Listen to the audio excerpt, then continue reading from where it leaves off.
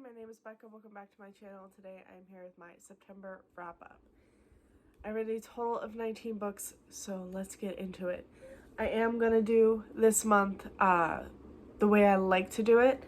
I don't think in the last previous wrap-ups that I have done this, but this is the way I like to do my wrap-ups, which is to go from my least favorite to my favorite book. Sometimes it's really hard to determine what my favorite book is for the month. This month was a little hard, only because I did have quite a few that I really enjoyed or really loved. But yeah, we'll get into that very soon. Right now, we are going to talk about the books that I didn't so much enjoy. Also, I'm not really going to go into too much of a synopsis for a lot of these, just because I don't remember a whole lot of some of these books. So if you want to know more about them, you can look it up on Goodreads. Unfortunately, I'm not really good with the whole synopsis thing. That's why I don't really like doing wrap-ups. So I'm just gonna do wrap-ups my way. Some of these, though, I will try and have like a little bit of a synopsis for.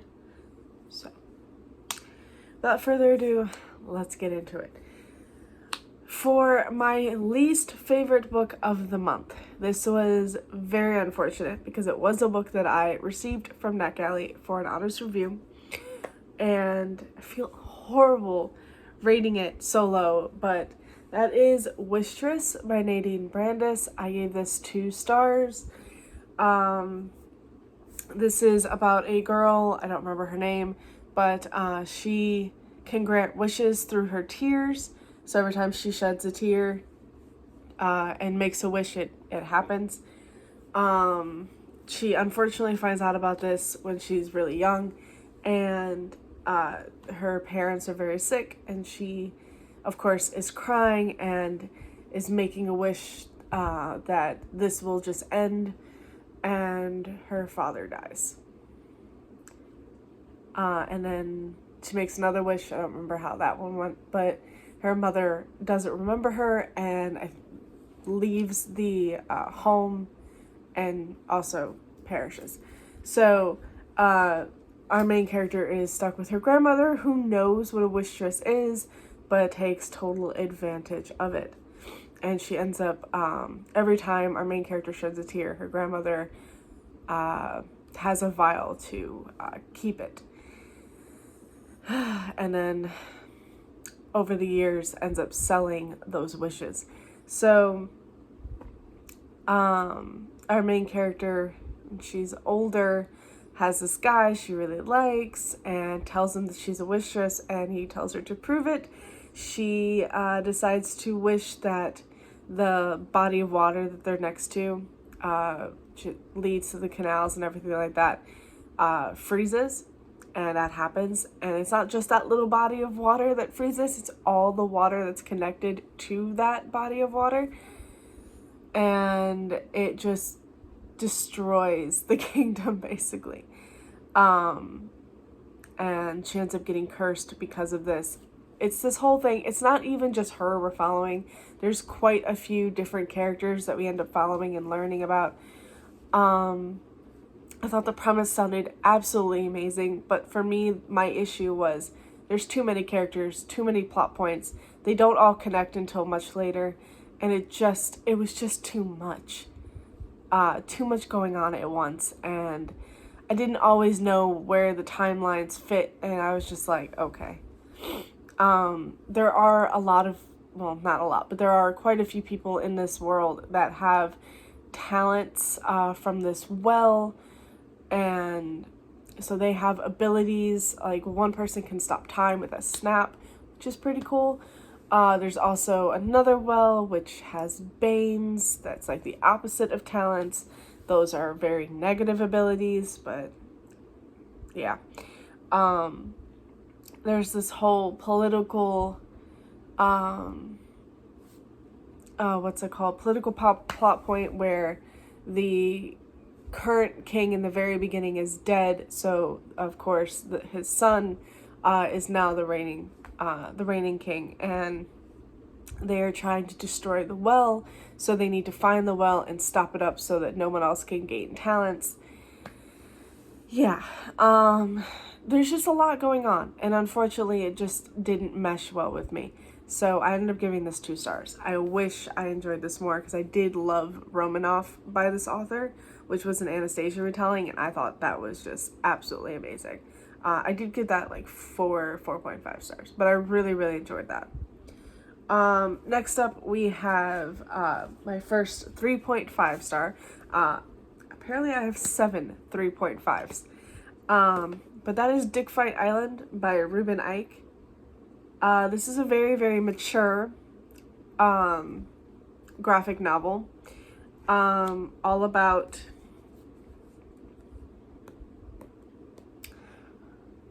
men fighting with their how am I going to their mighty swords. That's how they put it. Their mighty swords. Oh my god. So I'm just going to read you the back because this makes it a lot easier. The tournament to choose the next king of the islands is about to begin. The rules are simple. Whoever comes first loses. Participating warriors protect their mighty swords with armor that grows larger and more elaborate with each tournament. But one warrior has returned from studying abroad, which is him, with a technique certain to force a pleasurable eruption. Is there a competitor alive able to withstand it, or is this deft warrior destined to become king? I thought this was fun, explicit, very. Yeah, my friend told me that he read this and really loved it, or really enjoyed it. Gavin read this and very much enjoyed it. Gavin from How to Train Your Gavin. So I was like, you know what? Fine, I'm gonna read it. And I really enjoyed it. I gave it 3.5 stars. It would have been like a 4. There was just a little bit more of a... It was a plot, but just more of a plot. If that makes sense. Okay. More 3.5 stars. Next up, I have The Haunting of Lee Harker. This is literally about The Haunting of Lee Harker. I don't remember too much about it, which is probably why I got a 3.5 star. But we follow Lee Harker. She's haunted. Why don't I remember? I like this more than Darcy Coates' other book that I read, The Haunting of Ashburn House. But I don't remember this. Why? Oh, no, now I do. Yeah, we follow Lee Harker. There's a twist. I can't talk too much about it, but we follow Lee, and she is, there's like an intruder or something in her house, and she's being haunted. But there's this huge plot twist 8 chapters into the book that like totally switches your like thinking of what's happening. Hold on, there it goes. I did really enjoy this. I totally forgot. Because I didn't see that coming. And again, it's only 8 chapters in, but it really makes you think. Also, the end plot twist, the reveal at the end was actually really good too. So yeah, this is a 3.5, but it was, I think The Haunting of Ashburn House, I gave like a 2.5 or a 3. This one though was actually really good. If you want a book that's creepy, but also really like twisty and entertaining, I do think The Haunting of Lee Harker is actually a really good a really good place to start. The Haunting of Ashburn House was just meh, in my opinion. I just wanted more out of that book that I didn't get. But this one, it was kind of like a mystery, but also, yeah, there was a mystery in it. I just really liked it. The next 5 are all part of the same series, and that is the New York Ruthless series. It's a series of like novellas. Well, they're all under 300 pages, but it's the first book is Ryan Rule. This is all by Sadie Kincaid, and it's a why choose. with one woman and 4 brothers. Yeah, I really like this. We have 2 brothers that are the two younger brothers are twins, and the 2 older brothers. So we have Shane, Connor, Liam, and Mikey. They are the 4 brothers that are part of this Irish mafia. They basically rule their little part. It's just so good. So good. I mean, honestly, I guess you could say they rule the Irish mafia, but they really didn't go into too much of that. They all live in New York, though. They came from Ireland many years ago. They met, why can't I think? Jessie. I couldn't think of her name for a second. So basically in the first one, you have Jessie, who is a hacker for the Russian mafia, or for this Russian mafia dude. And the Ryan brothers come in and kill him, and they're about to kill her, but she gives them a reason not to. And really she has this whole reasoning why she can't die right now and why she needed to be with the Russian mafia, but she'll need the Ryan's help also for this, because she's trying to find someone connected to the Russians, because she wants to kill him.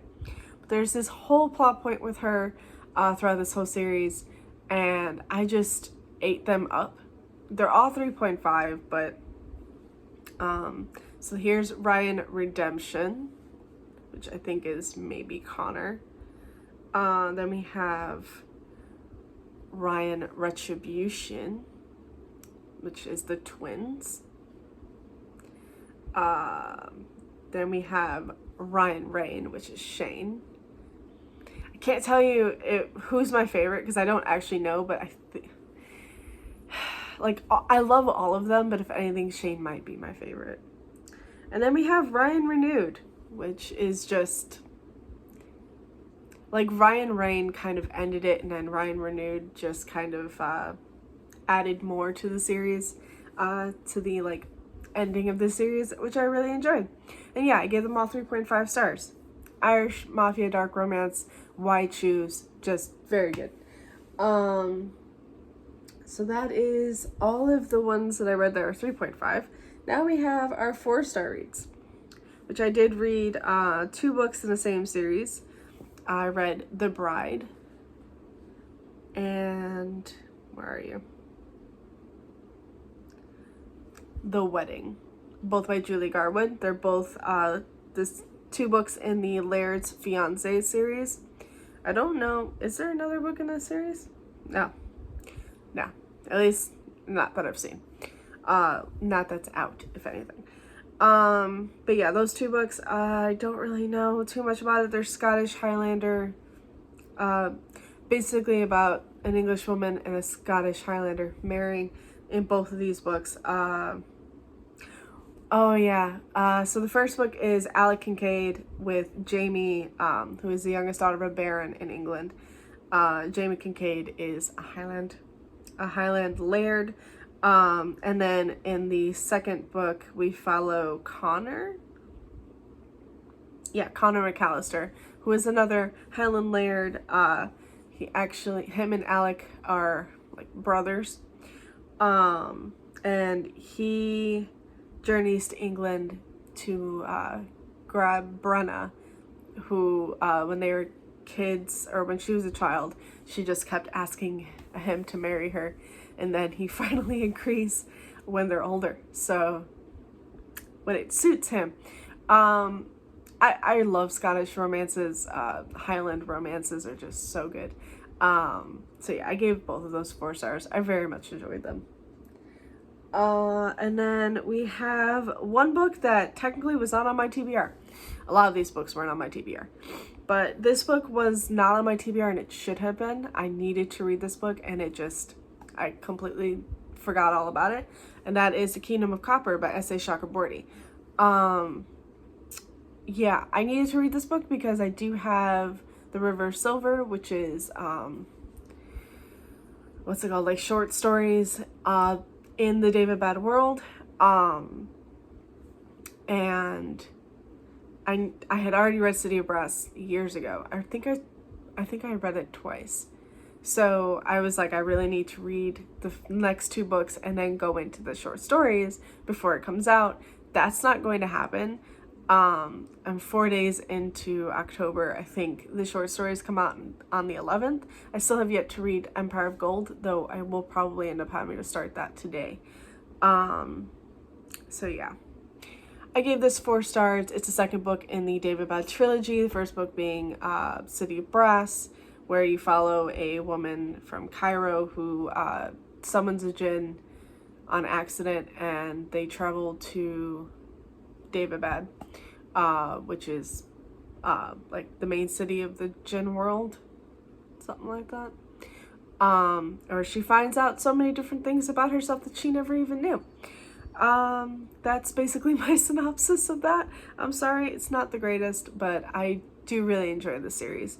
I think the first book I gave maybe a 4 or 4.5. Something. Maybe I gave that a 5. I don't actually remember. What did I give City of Brass? Yeah, I did give that a 5. So I will be starting Empire of Gold very soon. Hopefully today. Did not think it would happen, but you'll know more about that in my TBR if you've watched it. But yeah, probably today. All right, next up, I have a smutty novella that came out on the 1st, and that is Their Vicious Darling by Nikki St. Crow. This came out on September 1st, so I read it on September 1st. I read the first 2 books in the series in August, and loved them both. And this one, it's a dark Peter Pan retelling. I hate Peter Pan. If you know me at all, you know that I do not like the Disney movie that is Peter Pan. I don't like the book. I've never actually read, well, I've read little snippets of the book, and it's just, from what I've also seen of other people, that book is going to be absolutely horrible. Even worse than the Disney movie, and I hate the Disney movie. I just hate Peter Pan in general. I think he's a spoiled little shit. Who should learn to grow up, because, I'm sorry, if all of you really like Peter Pan, I completely understand. Yeah, I just don't. I'm sorry. But this smutty retelling of Peter Pan is actually very good. The first book being The Never King, and yeah, it's just, it's dark, it's smutty, it's what I want from Peter Pan. Okay, this is the Peter Pan that I want. But it's also the series is also White Shoes. Again, we follow 2 twins. They're Faye brothers, Kaz and Bash, I think, and then Vane, who is the dark one, and then the Never King, which is Peter Pan. And they all need Winnie's help, who is so it's Winnie Darling. She is a descendant of Wendy Darling, and they need her help to find Pan's shadow. That's it. But yeah, read it. It's so damn good. And then we have finally a book that I own, The Clover Chapel by Daphne Perry. This is the second book in the Jameson Valley series. Technically, so I've heard from Daphne Perry herself that you can read these kind of out of order. Maybe, no, did I hear from her? I follow her on Facebook. Maybe she didn't say that, but I've heard from a lot of people you can read these out of order. To me, I need to read things in order, but I understand that there is, like, in later books in the series, because I think there's 5 in total, 5 or 6. Later books in the series, you'll see, like, a couple that haven't technically even met yet. Like, they don't have their book out yet. Their book comes out, like, or their book is later in the series. I think it's the 3rd or 4th book where you find that couple, and I think theirs is maybe one of the last books.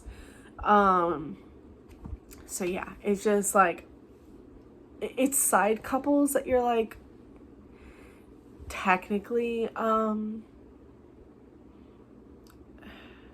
it's the side couples that if you want to know more about them, if you don't want to be spoiled for their book or anything, you should read them in order. But I've only read the first 2, so you do see the couple from the first book, which is the Coppersmith Farmhouse.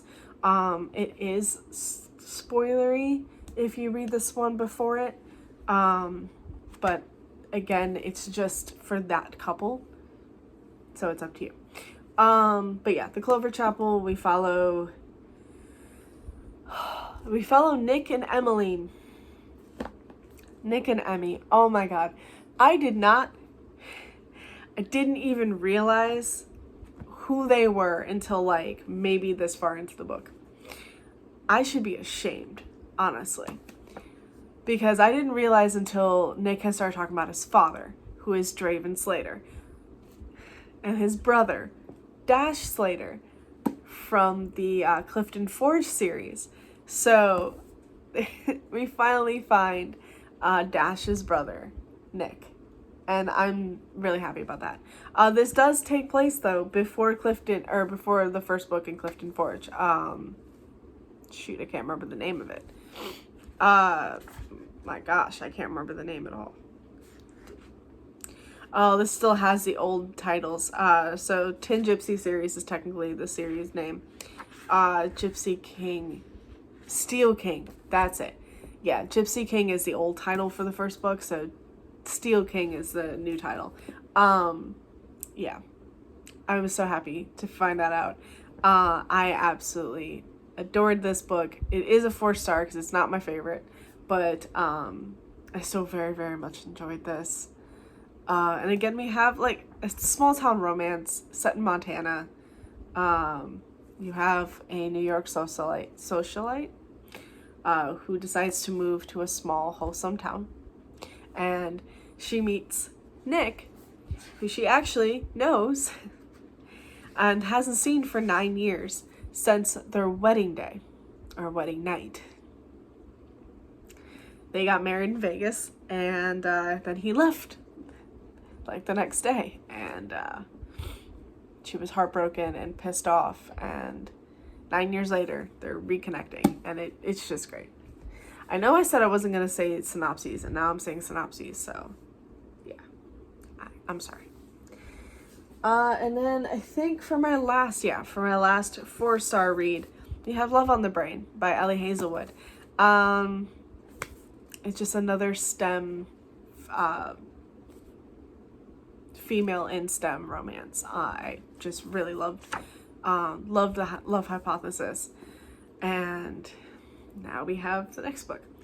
This one follows B. Konigswasser. She's German, or she has a German last name. And Levi Ward, who technically met in grad school. B has always felt like Levi hated her, and now they're teaming up, or they're both co-leading this experiment, or this project. So she works for NIH and he works for NASA, and they have to co-lead this project together. And yeah, things go awry. Love starts to blossom. It's great. I really enjoyed this. I give this 4 stars. I love this series. I can't wait for the next book, which we do have a title for the next book. Where is it? Damn, where is it? I know I saw it. Oh, here it is. Love Theoretically, which is coming in the fall of next year. So, yay. I also love it because she has pink and purple hair. It's just so good. And she's obsessed with Marie Curie. Like, I get it. But, damn. Like, there are so many facts about Marie Curie I never even knew. I mean, honestly, I didn't really study Marie Curie. But there's so many facts now that I know about Marie Curie. And I'm just like, damn. It's great. I'm happy. So yeah, now we go on to like my favorites of the month. Like my real favorites. We have a 4.5 star book, and that is Lizzie Blake's Best Mistake by Maisie Eddings. This I also got for review from NetGalley and the publisher, and This is the second book in the Brush with Love series, the first book being A Brush with Love. I think I gave A Brush with Love 4 stars. I did enjoy it. It's like a dentist, like an oral care romance kind of a thing. This one we follow Lizzie, who has severe ADHD, and she just can't seem to keep it together. She's like always late to work and stuff like that. She has kitchen fires and oh my god. She sets like fires and she's always late, and she can't keep her head straight, and she really likes to sleep around. You go, girl. She ends up meeting Rake, who is from Australia, and she has a one-night stand with him. And then the next day decides to have another, well, maybe it's not the next day. She decides to have a 2-night stand with this guy and ends up pregnant. And yeah, it just goes from there. Rake is honestly just one of my favorite, like, book boyfriends. Just the way he steps up like he did. Oh my god. Really, she tells Rake she's pregnant, and he immediately is like, all right, I'm moving to America, and we're going to figure this out together. And I'm just like, what the fuck? Holy hell. Nobody would do that. Oh my god. Like, such a good book boyfriend, honestly. But yeah, I love Rake. I don't know why I give that a 4.5. I just know that it didn't give me, like, everything I wanted, which would have made it a 5-star, but it was near perfect. Okay. Now we have my 5-star books. There are 4. We have 1 fantasy, and the last 3 are all romance. So my fantasy book is The Shadow and the Ember by JLA, Jennifer L. Armentrout. This is a prequel to From Blood and Ash. This one follows Nyktos and Seraphina, and I understand why people feel like this is like a redo of From Blood and Ash. It's basically the same thing, just following different characters. I get that. I loved it. Like, I feel like I love this more than From Blood and Ash. Nyktos is just, and Seraphina is a lot like Poppy. She's everything I want. Like, oh, she's just so good. And her struggles. She's a maiden just like Poppy. Well, Poppy is just like her, because Poppy is her descendant. Or something like that. But yeah. I absolutely love this book. So much.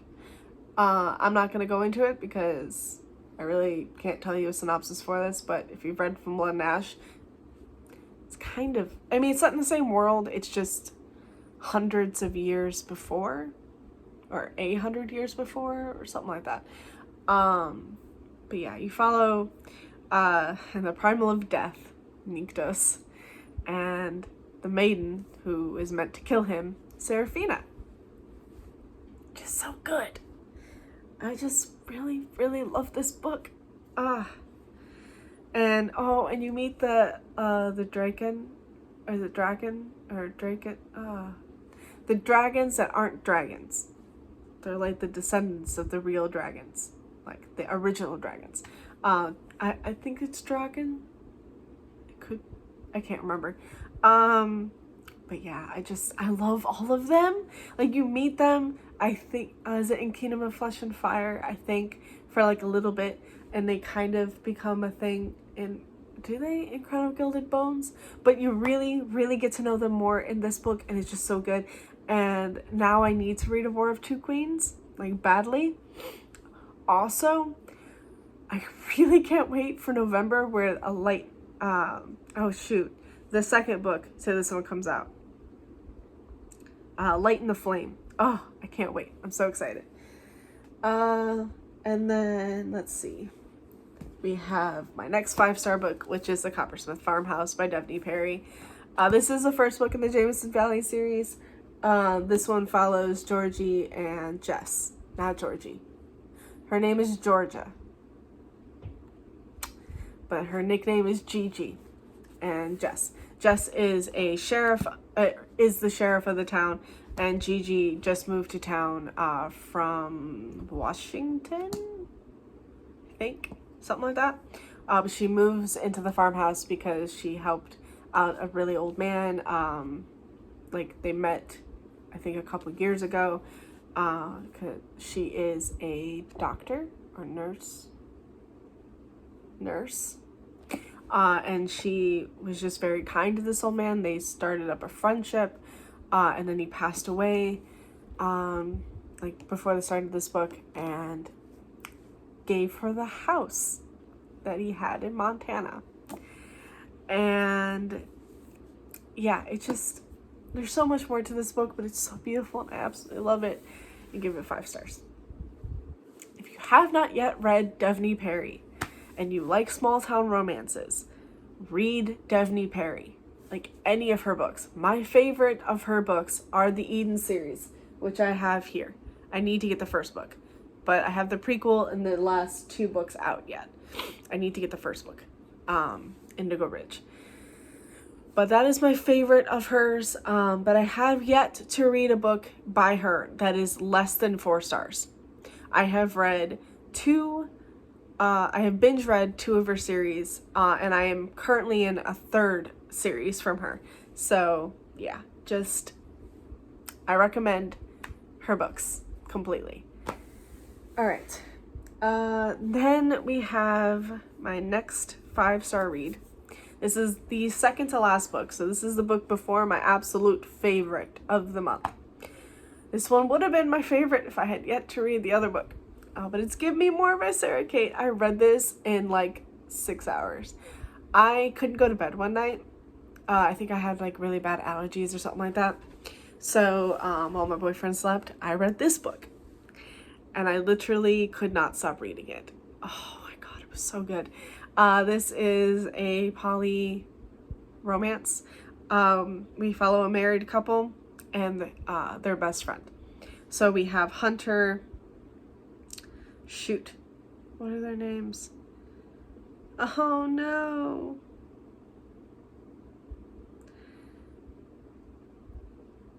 I can't remember their names. I mean, Hunter is, I think, the best friend of the husband, and has also become a best friend to the wife. But Isabel is the wife.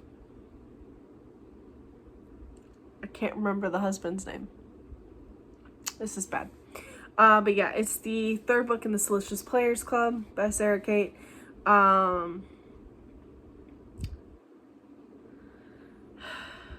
Oh no, Hunter is the husband.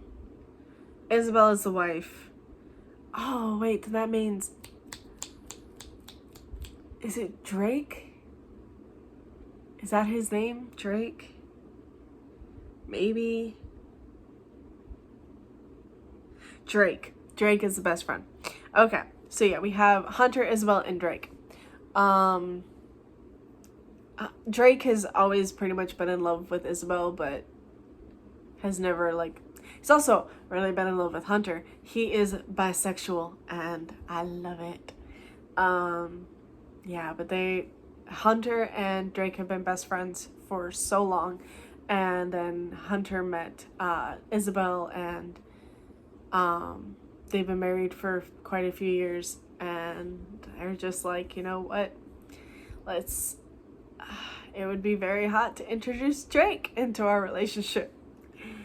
It's just so good. The commentary in this is actually very good too, because I really like the discussions it leads, and honestly, I just very much enjoyed this book. It gave me all the feelings. It gave me what I wanted. It's a poly relationship, which is just perfect. And it just, it really gave, like, it really had a lot of the commentary on, like, Hunter, who is definitely, what's it called? He comes from a family that does not, why am I having a hard time talking about this? Hunter's father was never allowing of Hunter to be anything but straight. So Hunter has a very hard time coming to terms with his sexuality. That is what I'm trying to say. He has to really think, is he straight? Or is he something more? Does he see does he see Drake as something more than just his best friend? He knows he really loves Isabel. Like, Isabel is his world, but is Drake also part of his world? Like, is Drake also his world? You know, like, it's just so good. And Isabel is also going through a lot. She's wondering if she sees Drake as something more. You know, she loves her husband more than anything. She never wants to lose her husband. But is Drake becoming more than just a friend to her? Just really good. Really, really, really good. I need to own this whole series. Not gonna lie. All 3 books, I think, in the series are 5 stars. I need to own them badly. Alright. And then lastly, we come to my favorite book of the month, which honestly, I did not see this coming. This was a book that I needed to read for my book, or the book club that I'm a part of, BDA, Books, Depression, Anxiety, which actually, The Haunting of Lee Harker was a mini book club pick for that. But this book was technically August, September, and I just read this in September. That is Things We Never Got Over by Lucy Score. Did not see this coming whatsoever. We follow our main character, Naomi. That's it. Fellow Naomi, who comes to this town because her sister calls her and tells her she needs her help, and it's her twin. They have never gotten along, but Naomi's just like, I needed a reason to get out of Dodge, honestly, and my sister called, so I'll go. But when she gets there, she gets into this huge, like, heated fight with Knox, who, is our love interest, because he thinks that she is Trina, I think is her name, the sister. And Naomi finds out that Trina stole from her. She stole her car, she stole her laptop, and just a whole bunch of shit. And left town, basically, leaving her sister to pick up the pieces. Also leaving her sister with her daughter, her 11-year-old daughter. Shoot, I can't remember the name. Waylon. Waylon? Is that it? I know it's Way something. It's not Layway. I keep thinking Layway because the book club, we all had names for the girl, the daughter. I think the daughter was just the absolute perfect part of that book. You know, I love single parent trope. It's just everything to me. Knox is not her father, but honestly should be her father. He's always looking out for her, and he's like her best friend kind of a thing, you know, always making her laugh and always making sure she's taken care of. And Waylon, it is Waylon. Oh no, Waylon's the dog. What's her name? Waylay? Or man, it's just, yeah, Waylon is the dog, so it's not Waylon, maybe it's Waylay. But yeah, so Naomi and Knox were just perfect. It was a perfect, like, hate to love relationship. The daughter, the single parent trope is just absolute perfection here. Naomi having to figure out how to become a parent. And is she becoming a parent? Is Trina gonna come back and try and take her child away? Or is Naomi going to be able to keep her because she's starting to really fall for this kid? And it's just, yeah, like, oh my god, I love it. Small town romance, single parent trope, hate to love, like, it's got everything and it's just perfect. I need to own this book badly too. So, yeah. That's it. That's everything that I read. I hope you guys enjoyed this video. I know it's long, but some of you have said that long wrap-ups were okay. I wasn't gonna say synopses, but it just comes out, you know? And sometimes it's hard for me to tell you why I like the book without telling you like the synopsis or something like that. So yeah, I'm gonna try and make this a little bit better for myself, but honestly this is the way that I do things. So hope you guys enjoy. Thank you guys so much for watching. I will see you again with another video next time. Bye and happy reading.